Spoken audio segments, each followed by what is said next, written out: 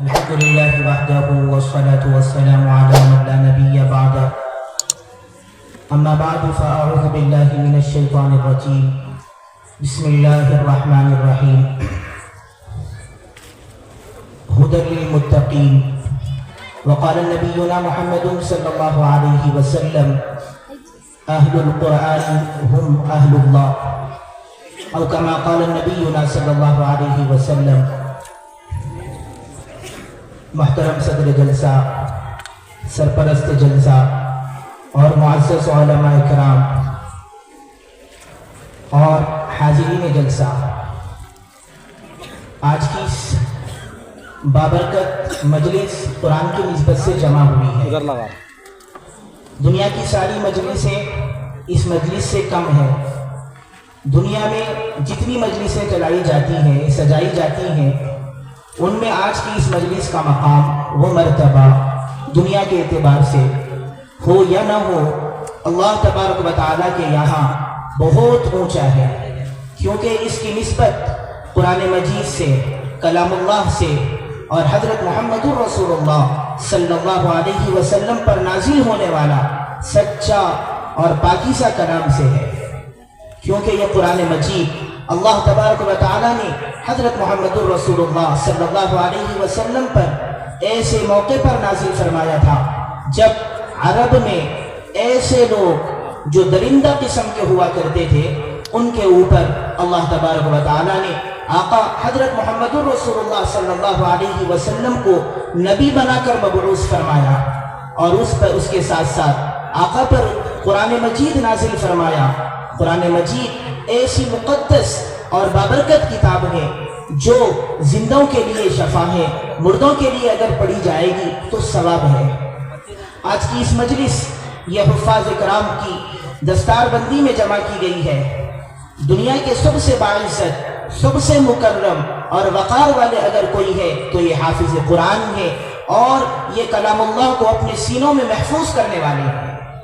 دنیا کی کوئی بھی چیز، دنیا کا کوئی بھی بڑا مقام قرآن مجید سے اور قرآن مجید کے یاد کرنے والوں سے نہیں ہو سکتا، کیونکہ اس کی نسبت اور اس کا تعلق دنیا کے بادشاہ، سارے بادشاہوں کے بادشاہ، سرداروں کے سردار، مالکوں کا مالک، شہنشاہوں کا شہنشاہ، آقاؤں کا آقا اللہ تبارک و تعالیٰ سے جڑی ہوئی ہے. اور سب سے مقدس ذات جو دھرتی پر اب تک نہیں آئی ہے، سب سے آنے والی ذات حضرت محمد الرسول اللہ جو سب سے باعزت، مکرم، مقدس ہستی ہے، ان پر نازل ہوئی ہے. دوستو عزیزوں، وقت بہت کم ہے، اس لیے 2-3 گزارشات آپ سے کرنی ہے.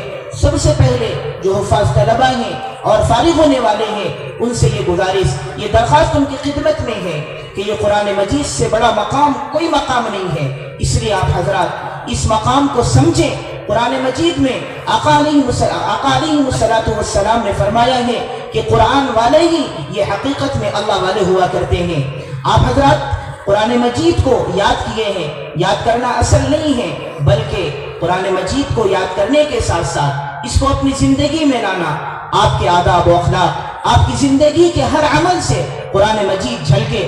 آپ کی زبان مبارک جب بات کریں تو قرآن والی زبان ہو. آپ جب کسی سے تعلق قائم کریں تو آپ کا تعلق جو قرآن بتا رہا ہے، آقا علیہ السلام کی جو کلمات ہیں، احادیث مبارکہ ہیں، وہ اس انداز میں کہ آپ نمایاں ہو جائیں کہ آپ قرآن والے ہیں، آپ رسول اللہ والے ہیں. آپ نے قرآن مجید کو اپنے سینے مبارک میں محفوظ کر لیا ہے.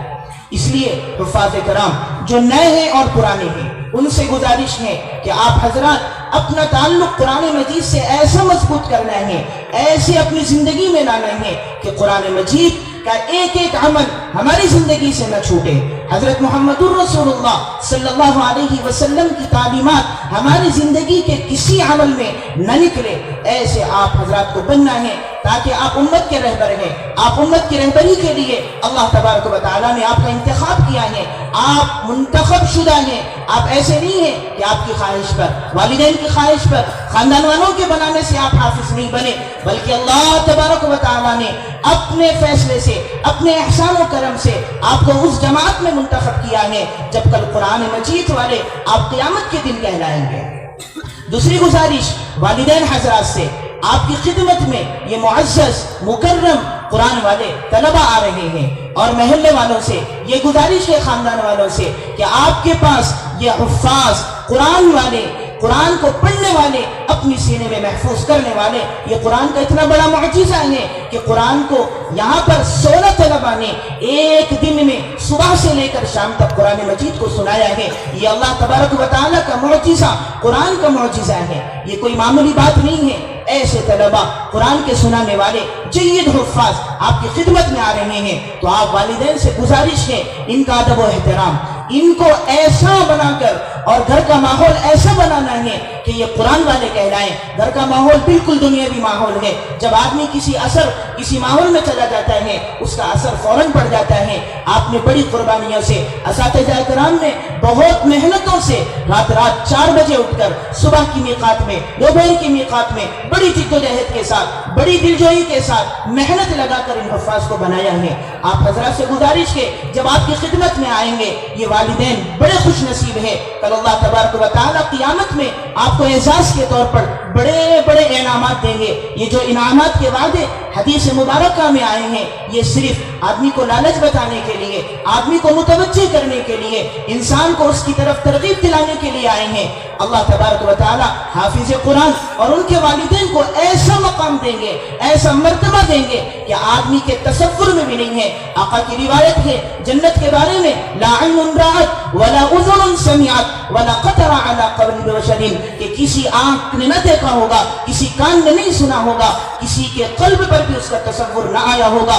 ایسی جنت اللہ تبارک و تعالیٰ جنتیوں کو دیں گے۔ لیکن یہ تو قرآن والے، یہ تو اللہ والے، یہ تو اللہ والوں کے والدین ہیں، آپ کا کیا مقام ہوگا؟ اس مقام کو سمجھتے ہوئے آپ کی زندگی سے، آپ کے گھر کے ماحول سے یہ ثابت ہو جائے، یہ ظاہر ہو جائے کہ یہ قرآن والے ہیں، یہ قرآن والے کا گھر ہے، یہ قرآن کے پڑھنے والے کا گھر ہے، ایسا معلوم ہو جائے۔ خاندان والے بھی عمل، گھر کے اندر تعلیم کے حلقے، قرآن کے حلقے، اگر والدین ہیں بہت ہی معذرت کے ساتھ میں عرض کر دوں کہ قرآن پڑھنے نہیں آتا، آپ کے بچے آ گئے ہیں، خاندان والے قرآن پڑھنے نہیں آتا، آپ کے پاس آ گئے ہیں خاندان والے، آپ حضرات ان کے سامنے جا کر قرآن کے درست کرنے کے حلقے لگائیں۔ میرے دوستوں عزیزوں، بڑے چھوٹے کا شرم و حیا یہاں پر نہیں ہے۔ ہمارے خاندان میں اگر کوئی ڈاکٹر بن جاتا ہے، کوئی انجینئر بن جاتا ہے، کوئی لائر بن جاتا ہے، چاہے وہ کتنی ہی کم عمر کا کیوں نہ ہو، ہم اس کے پاس چلے جاتے ہیں، ڈاکٹر صاحب، انجینئر صاحب، لائر صاحب۔ میرے دوستوں عزیزوں، یہ مقدس جماعت، یہ مقدس افراد آپ کے پاس آ رہے ہیں،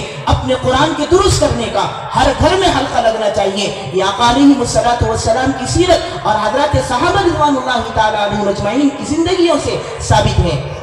اور اس کے ساتھ ساتھ ایک یہ گزارش ہے کہ ہمارے والدین، مائیں بہنیں بیٹھی ہوئی ہیں، ان سے گزارش ہے کہ اپنے اکابر علماء کرام جو گزرے ہیں اور صحابہ کرام رضوان اللہ تعالیٰ علیہ مجمعین جو گزرے ہیں، آقا حضرت محمد رسول اللہ صلی اللہ علیہ وسلم کی تعلیمات کو پڑھ کر وہ کیسے تربیت کرتے تھے اپنے بچوں کی، وہ کیسے انداز میں ان کو رہنمائی اور رہبری کرتے تھے، وہ پڑھ کر آپ ان کی تربیت اور ان کا مقام سمجھتے ہوئے میرے دوستوں عزیزوں اور میری ماں بہنوں اس کو اپنی زندگی میں لانے کی کوشش کریں۔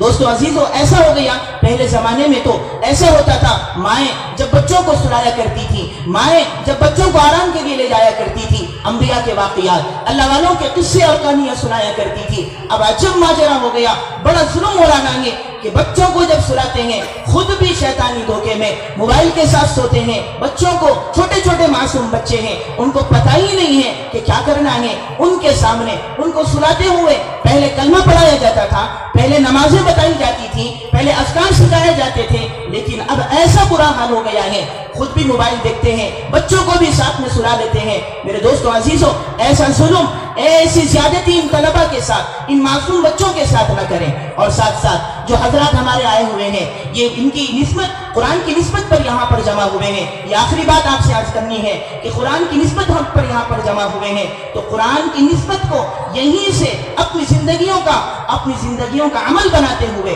اپنی زندگیوں کا اٹوٹ حصہ بناتے ہوئے اٹھیں۔ یہاں بیٹھنے والے سارے کے سارے اس بات کا ارادہ کر لیں، اب سے زندگی گزاریں گے تو قرآن والی زندگی گزاریں گے، اب سے زندگی کا کوئی عمل کریں گے رسول اللہ صلی اللہ علیہ وسلم کی زندگی کو سامنے رکھ کر، حضرات صحابہ کے کارناموں کو سامنے رکھ کر زندگی گزاریں گے۔